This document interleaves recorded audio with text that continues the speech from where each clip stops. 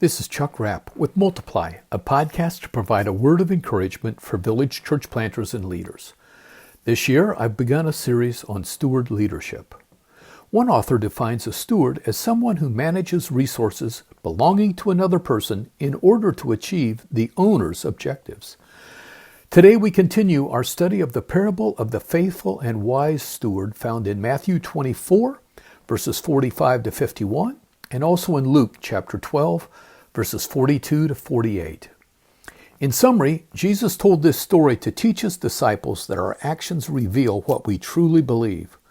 Those who obey God will be rewarded, whereas those who disobey him prove themselves to be unfaithful and hypocrites by their actions. It also teaches that Jesus' followers must live in constant readiness for his return.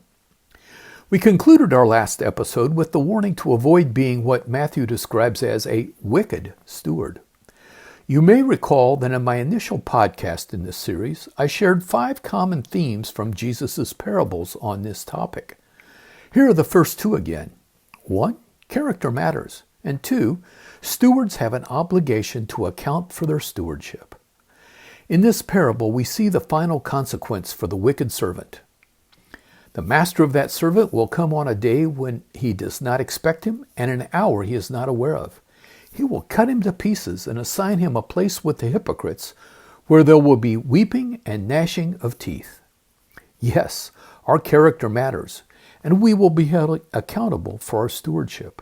Further, we must live in constant readiness for our master's return.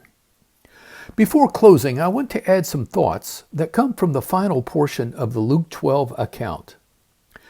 For everyone who has been much, much will be demanded, and from the one who has been entrusted with much, much more will be asked. That's the last half of verse 48. On a personal note, that admonition has been a great motivator for me for many years, for I feel that much has been entrusted to me. You see, I was born into a Christian family. I'm at least the 4th generation Christ follower. I had access to excellent education and good health care. I've been blessed to be part of strong local churches and to enjoy a good career. One could say that I'm privileged. The Apostle Paul made a similar admission. You can read about that in Philippians chapter 3, verses 5 and 6.